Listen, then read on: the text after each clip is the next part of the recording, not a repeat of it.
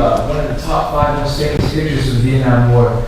And I'll describe it. It's a little girl, and she's running down a street towards the camera in the picture. And she has her hands out, and she has her clothes burnt off, and there's kind of kids around her.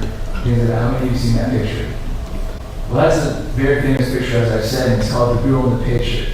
And the subject of that picture, her name is Kim Phuc. I'm going to give you a background of that story. Kim Phuc lived in a village 45 minutes in the south, 45 minutes south of the capital of Vietnam. And during this time of the Vietnam War, the North was trying to take over. And they had taken over Kim's village, and she was only 9 years old at the time. And they had taken her family, and all the rest of the civilians and some of the soldiers that had surrendered, and they held them captive in a temple in the area. And during that time, no one really knows who made the call, but someone from high up in the military in South Vietnam, they panicked and they made the call to do an airstrike on that village to annihilate the North Vietnamese, so there's no more risk. And in doing so, they put the civilians at risk too. And Kim was only 9 years old at the time, and she had befriended her little cousin, a 3-year-old boy. And she was, being 9 years old, you don't really know the horrors of war yet. And she was just playing around. She had 11 other siblings to play with. And during that time, one of the soldiers had his radio still, and he got a call, and he found out that they were doing the airstrike. And he panicked, and he gathered everyone around, and he made all the kids run ahead first. Kim Phuc and her siblings, and they all ran ahead. They wanted them to go ahead so they could kind of carry on the family name, and then all the older people would come up behind them. Well, Kim was with her cousin. She didn't want to leave him behind. So she let all her siblings run ahead, and her and her cousin ran with those soldiers and the older people behind them. And that was when the airplane came and dropped the bomb. And the airplane came and dropped 4 canisters of napalm. And if you guys don't know what napalm is a jelly-like substance that burns at 600 degrees Fahrenheit. And because it's like a jelly-like substance, it sticks to you. And it burns up oxygen, which makes it extremely lethal because you can't put it out. So anyone hit by napalm immediately dies, or will die in the next couple of days from their injuries. Well, Kim and all these soldiers were hit with a full blast of napalm strike. All the soldiers died, her cousin died, but she survived. And it's only by God's miraculous hand, because she was wearing village clothing, and all the napalm, it stuck to her clothes, and it ripped the clothes off her body and run with her clothes. And that's why in the picture she was naked. She was able to jump out of that fire, and she was running, and that's when her siblings came back to help her. And while they were running down that road, that was when the war photographer took that famous picture. And what happened after was Kim passed out from the pain, and that photographer picked her up and brought her to the hospital. And they left her for dead. But after some pleading, her parents begged some doctors to help, and after 14 months and 17 operations, Kim was able to survive. And she survived, but she came out quick. She was burned, 60% of her body was burned. She wanted to just live a normal life. She knew that wasn't fully possible, but she wanted to do the best she could. But things got worse. The government took over her life because that picture became famous around the world. And when the government found out that she was the subject of that picture, they took her away from her family. And they forced her like a bird in a cage to just be alone in a room all by herself. And they made her travel around the world and speak war propaganda against the United States and speak lies about the States, telling everyone that it was their fault that she was burned, where that was the case.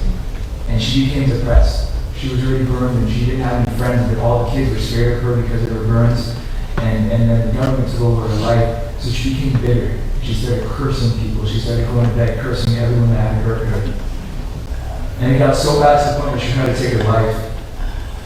And she was so desperate to find an answer for the meaning of life, and she went to the library and she found the Quran. And she tried to follow the religion of Islam, and she had no peace there. There was no peace for her. And she went for Buddhism, she went after Hinduism, and all these religions, but she never found peace. But one day she found a New Testament in that library.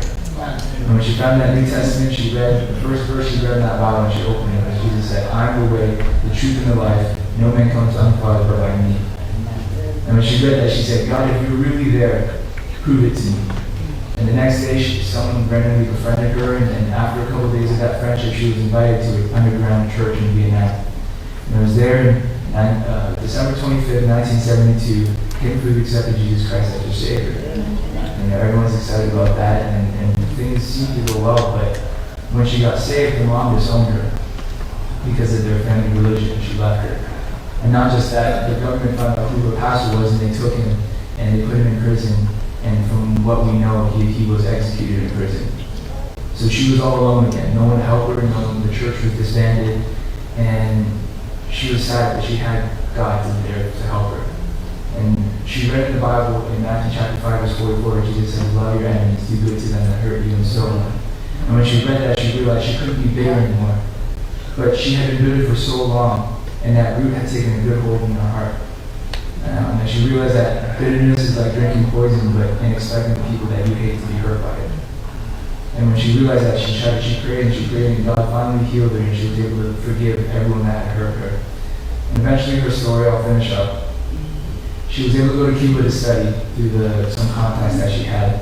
And while she was studying in Cuba, she met a man named Tuan, who is from North Vietnam, and they ended up getting married. He wasn't saved. And after they got married, the government sent them to Moscow, Russia for their honeymoon. And I said, that's a weird place for a honeymoon. You got Bahamas and Hawaii and Moscow. That's kind of weird. But anyways, on the way back from their honeymoon, the airplane stopped in Canada, Newfoundland, Canada to refuel. And Kim started praying. She said, God, I cannot go back to a communist country. You're going to take over my life again. You're not going to let me serve you, God. I just want to be free. And when she prayed that prayer, she opened her eyes and she saw some friends walking towards an area in the airport. And she asked them what's going on, and they said they wanted to stay in Canada.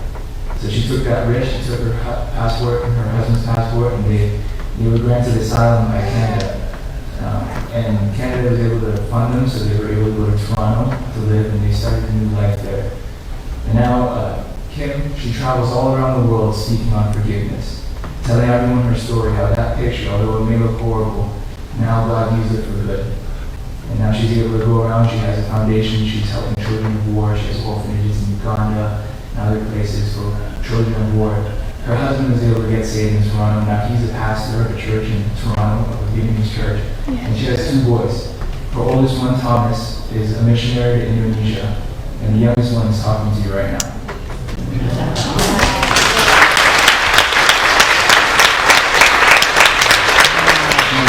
The last thing I just want to say is Romans 8:28.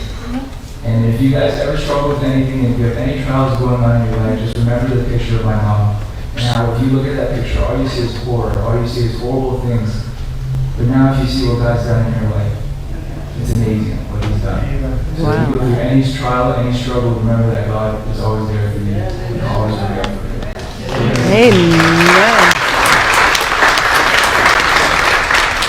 Amen.